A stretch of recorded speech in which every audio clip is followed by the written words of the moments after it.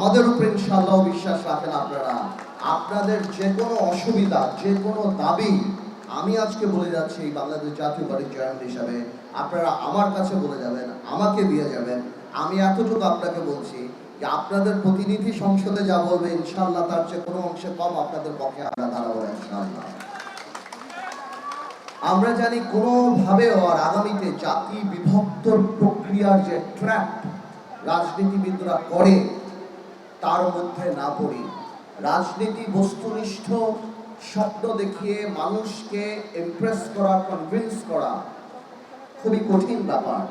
এর যে সবচেয়ে সহজ হলো জাতি বিভক্ত প্রক্রিয়া করা, যেটা গতানুগতিকভাবে আমরা দেখে এসেছি যে বড় বড় রাজনৈতিক দল আইনেরা এগুলি করে আসছে, বিশেষ করে গত 17 বছর ফ্যাসিস্ট আওয়ামী লীগ রিজিম যেটা করে আসছে। এই ট্র্যাপে জানি আমরা আগামীতে না পড়ি। আমরা যেন রাজনীতি করি গণতান্ত্রিক পন্থায়।